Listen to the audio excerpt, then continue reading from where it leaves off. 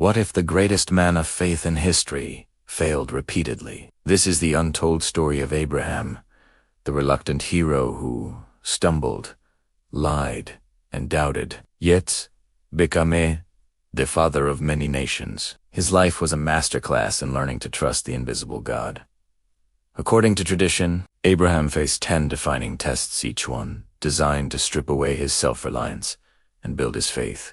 If you feel unqualified, if you're struggling to trust God's timing, or if you've failed recently, Abraham's blueprint is your guide. We'll be breaking down all 10 trials so you can pass your next one and finally unlock your impossible promise. The ancient rabbis teach that God refined Abraham through 10 specific trials.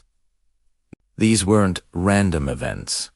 They were divine curriculum. We need to look at these not as historical events, but as a roadmap for our own spiritual growth. The first step is always the biggest. Go from your country and your kindred and your father's house to the land that I will show you. This was a command to sever his support system, his culture, his family, his safety for an unspecified destination. It tested his willingness to value God's word over his world. He arrives in the promised land, and what happens? Famine.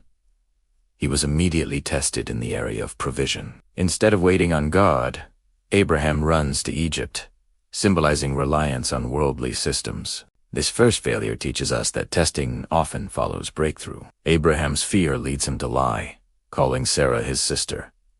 He failed the test of integrity under pressure. But even when man fails, God does not. God miraculously protects Sarah, showing that his promise is greater than our mistakes. The herdsman. Abraham gave Lot the first choice of the land, the most fertile land. He demonstrated remarkable selflessness, proving he was now focused on the covenant, not on earthly real estate. He passed this test by choosing relationship over immediate profit. Abraham risks his life to rescue Lot. After the battle, he meets Melchizedek, the king of Salem, a mysterious figure foreshadowing Christ. Abram pays tithes to him and refuses the king of Sodom's spoils. He passed by prioritizing the spiritual Melchizedek over the corrupt world Sodom. God promises him a child and countless descendants. Abraham's response: he believed the Lord, and the Lord counted it to him as righteousness. This test was simple, but profound.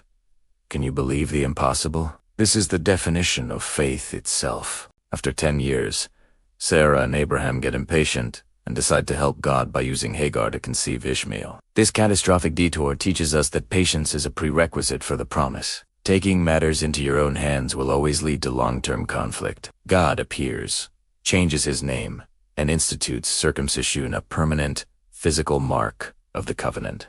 This was a test of commitment to the identity God gave him. He was now Abraham, father of nations, even before he had Isaac. Abraham repeats his mistake of lying about Sarah. This failure reveals a deep-seated fear. The lesson. Tests. Repeat until the lesson is learned. God intervenes again, showing his faithfulness remains even when our weakness persists.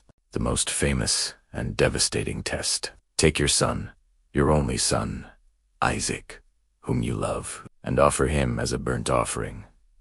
This was a test of total surrender. Abraham had to prove that he loved the giver more than the gift. The ultimate test of obedience is not in what you do, but in what you are willing to give up.